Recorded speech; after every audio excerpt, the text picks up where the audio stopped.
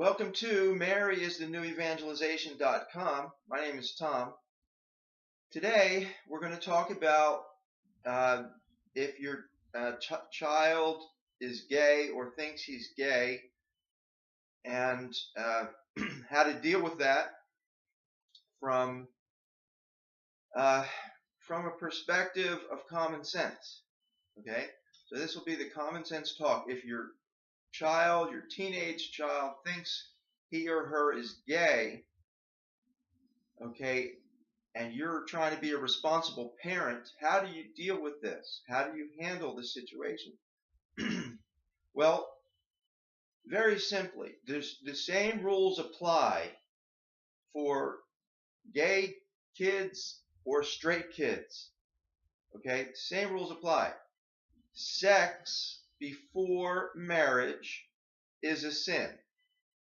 Okay, according to the Bible, sex before marriage is a sin. Whether it's gay sex or straight sex, it's a sin according to the Bible, and also according to common sense.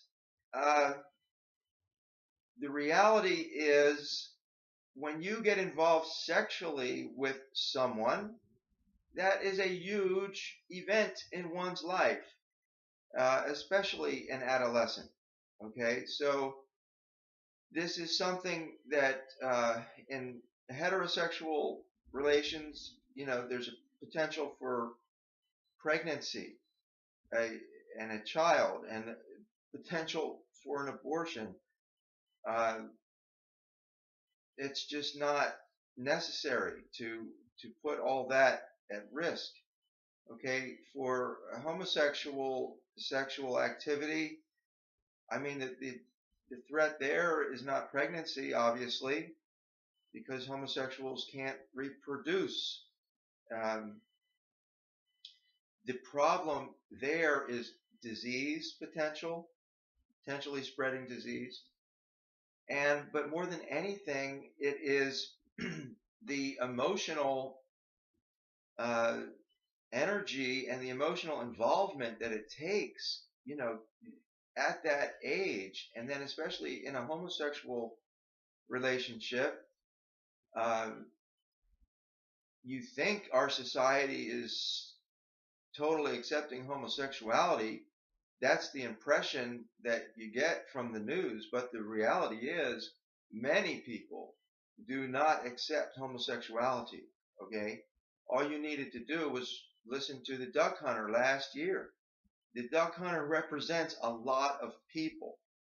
Okay, so homosexual sexual activity, heterosexual sexual activity outside of marriage is not only against the Bible, but it's against really what's best for you, okay, as a young person, and what's best for the family that you're living in. So parents have to be able to explain this to their kids. What I've seen is the gay or bi young people think they have just a license to engage in sexual activity, okay, just because they're gay or bi, and they're raised in Catholic homes, Christian homes, and they don't see it. See, they don't see the same. They look at it differently. They think because they're homosexual or bisexual that they can have sex. It's only the straight sex that the Bible is talking about. Not to have sex before marriage is just talking about straight sex. So that's a misconception that's out there.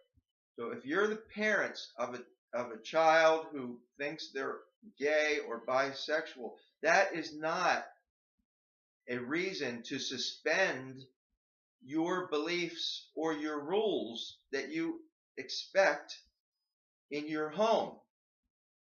Okay? It's not like a way out. It's not a get out of jail free card to be gay or bisexual. No, it's not. So I would encourage you to hold on to your values. The same rules apply. You don't even have to address homosexuality. You just address premarital sex. That's what you're addressing. No premarital sex in my household. Okay? I'm a Catholic. This is what I believe. I'm a Christian. This is what I believe. You're living in my house. You follow my rules. Just keep it that simple. Okay, so anyway, there's so much more on this subject, that I really want to talk about, that we all need to talk about, because, this is a new day and age here in America. And so our young people are being, exposed and encouraged to all different types of things that our generation was not encouraged to participate in. So we have to change with the times in being able how to deal with this new world that our kids are living in. We got to be able to adapt our thinking and our way of life. We can't keep the generation gap going. So I would encourage you to educate yourself on what's really happening to our young people. Why all of a sudden, are we dealing with, these alternate lifestyles as being, totally acceptable, when in our generation, when we grew up, it wasn't. So our kids have to sort this out, and we have to give them guidance in a caring, loving way. So I hope this helps you, and we're going to continue to talk about this. Thank you.